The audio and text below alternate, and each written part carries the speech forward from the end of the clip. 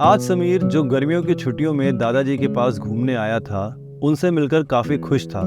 समीर उछलते कूदते दादाजी से बड़े गर्व से बोला, दादाजी, जब मैं बड़ा हो जाऊंगा तब मैं एक सफल आदमी बनूंगा। क्या आप मुझे सफल होने के कुछ उपाय बता सकते हैं? दादाजी ने कुछ सोचा और हाँ में सर हिला दिया और बिना कुछ कहे समीर का हाथ पकड़कर उसे एक करीब की पौधशाला ले गए।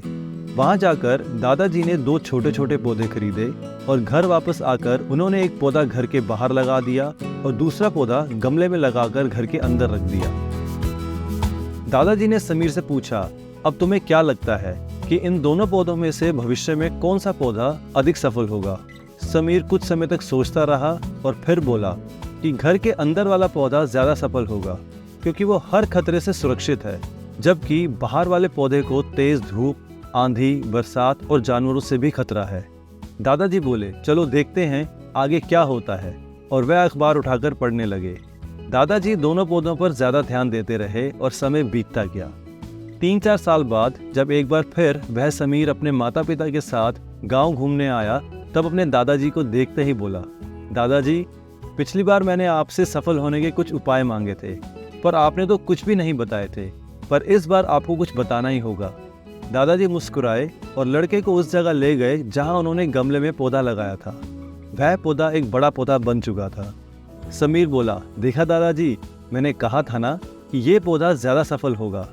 दादाजी ने बोला कि पहले बाहर वाले पौधे का हाल तो देख लो, और ये कहते हुए दादाजी समीर को बाहर ले गए।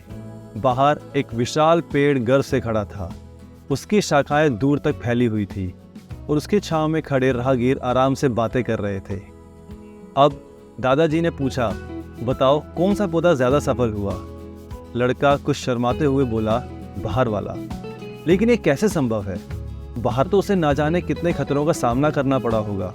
दादाजी बोले, हाँ, बाहर वाले पौधों को बहुत सी चीज़ों का सामना करना पड़ा, लेकिन समस्या का सामना करने के अपने फायदे भी तो हैं। बाहर वाले पौधे के पास आज़ादी थी कि वह अपनी जड़ें जितनी चाहे उतनी फैला ले, अपनी शाखाओं से आसमान छू ले, और तुम जिस आंधी तूफान को इस पेड़ के लिए मुसीबत समझते थे, उसी आंधी तूफान ने इस पेड़ की जड़ों को इतना मजबूत बना दिया कि आज एक छोटा सा आंधी तूफान इस पेड़ का कुछ भी नहीं बिगाड़ सकता।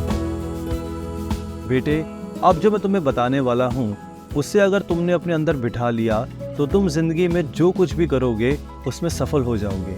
उन्होंने बोला, अगर तुम जीवन भर सिर्फ आसान विकल्पों को ही चुनते रहोगे तो तुम कभी भी उतने सफल नहीं हो पाओगे जितनी तुम्हारी क्षमता है।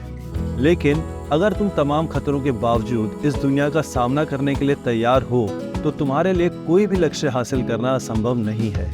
समीर दादाजी की बातों को समझ चुका था कि जीवन में हम जिन रुकावटों को जितना बड़ा शत्रु समझते हैं, वही हमें मजबूत और जीवन में बहुत ज़्यादा सफल बनाती हैं।